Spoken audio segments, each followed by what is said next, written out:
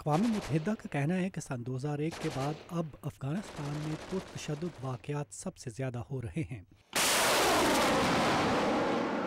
مگر اب جب افغان رہنما کابل میں تشدد سے نمٹنے کے لیے کسی لائحہ عمل کے بارے میں بات چیت کریں گے، ملک کے وزیر برائے زراعت محمد آصف فہیمی کا کہنا ہے کہ ملک کا مستقبل بندوقیں نہیں بلکہ فصلیں متعین کریں گی۔ ملک میں طویل المدت بنیادوں پر استحکام تب تک نہیں آئے گا جب تک شعبہ زراعت میں استحکام پیدا نہیں کیا جاتا۔ بدقسمتی سے کچھ دوسرے شعبوں کی نسبت زراعت میں سرمایہ کاری بہت کم رہی ہے۔ افغانستان میں بیرونی سرمایہ کاری کے حوالے سے کوئی ٹھوس اعداد و شمار تو موجود نہیں، مگر اقوام متحدہ کا اندازہ ہے کہ سن 2009 میں بیرونی سرمایہ کاری کا حجم $18.5 کروڑ تھا۔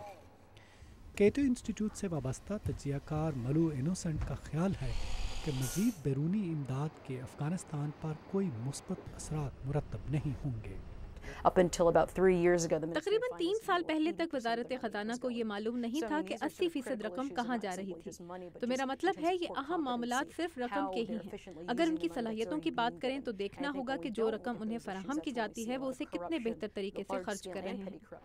وہ کہتی ہیں کہ حکومت میں بدعنوانیاں، بے ضابطگیاں اور نااہلی ایسے معاملات ہیں جن کی وجہ سے ملک کی تعمیر کا عمل پوری طرح متاثر ہے اور عدم تحفظ میں اضافہ ہو رہا ہے، مگر وزیر زراعت کچھ مثبت تبدیلیاں دیکھ رہے ہیں۔ وہ کہتے ہیں کہ ان کی وزارت ملک کو خوراک میں خود کفیل بنانے کا مقصد حاصل کرنے کے قریب ہے۔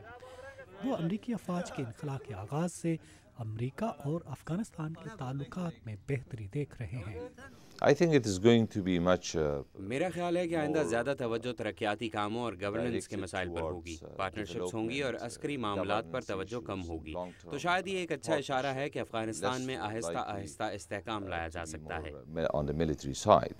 مگر زراعت کے شعبے میں بہتری کے باوجود افغانستان ایک غیر مستحکم ملک ہے، اور اس کی ایک وجہ وہاں آسانی سے کاشت کی جانے والی فصل پوست کی پیداوار ہے۔